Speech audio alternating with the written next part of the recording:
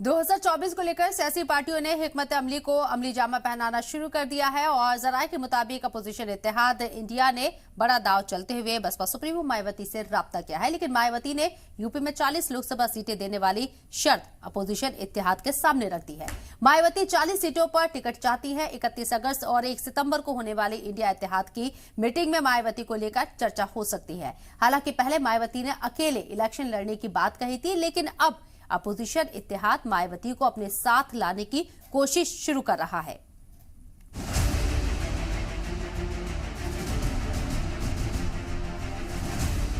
Lok Sabha election में अकेले इंतखाबात लड़ने की बात करने वाली बसपा चीफ मायावती का इंडिया इत्तेहाद के लिए दिल पिघलने लगा है।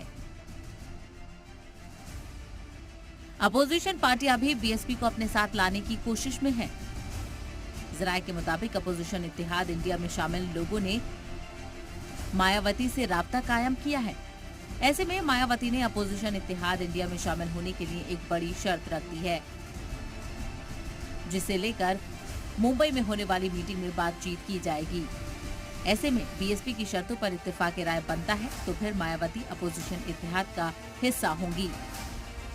जराये की माने तो अपोजिशन इत्तेहाद ने बीएसपी चीफ से इंडिया में शामिल होने के लिए राब्ता कायम किया है, लेकिन मायावती ने यूपी की कुल 80 लोकसभा सीटों में से 40 सीटों की डिमांड रख दी है।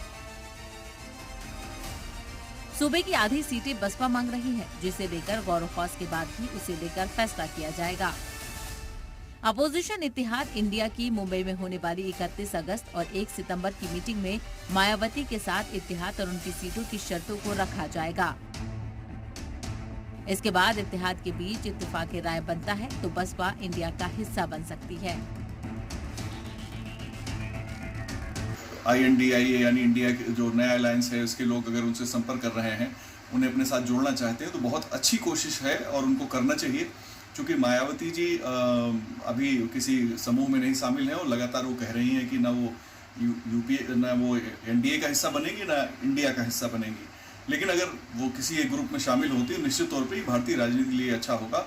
और देश में जो दो दलीय व्यवस्था जैसी बात है, तो दो गठबंधन जैसी व्यवस्था अगर बनती है तो ये भी भारत की राजनीति के लिए ज्यादा बेहतर होगा। बीएसपी को इत्तेहाद की सियासत में हमेशा ही सियासी फायदा मिला है। 2019 में इत्तेहाद की वजह से बीएसपी 0 से 10 अरकान पार्लियामेंट तक पहुंच गई। 2022 में अकेले इलेक्शन लड़ने के चलते बीएसपी यूपी में एक सीट पर सिमट गई थी। 2014 में बसपा का खाता भी नहीं खुला था। इसके चलते ही बीएसपी के लीडर भी इत्तेहाद की हिमायत में खड़े हैं। पिछले दिनों बीएसपी एमपी मलूक नागर ने भी इत्तेहाद के इशारे दिए थे। उन्होंने कहा था कि बसपा के पास यूपी में 13% वोट है, जो किसी भी पार्टी के साथ जुड़ने पर शिकस्त को फतेह में बदल सकता है। दरअसल मायावती लगातार ये बात कह रही हैं कि 2024 के लोकसभा इलेक्शन में बसपा किसी के साथ इत्तेहाद नहीं करेगी। बसपा न ही NDA का और न ही इंडिया का हिस्सा होगी, बल्कि अकेले इंतखाबी मैदान में उतरेगी।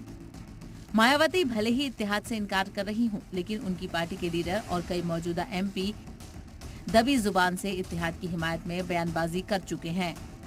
इसकी वजह यह है कि बसपा के अकेले इलेक्शन लड़ने का हर्ष सभी MP MLA 2014 के लोकसभा और 2022 के विधानसभा इलेक्शन में देख चुके हैं।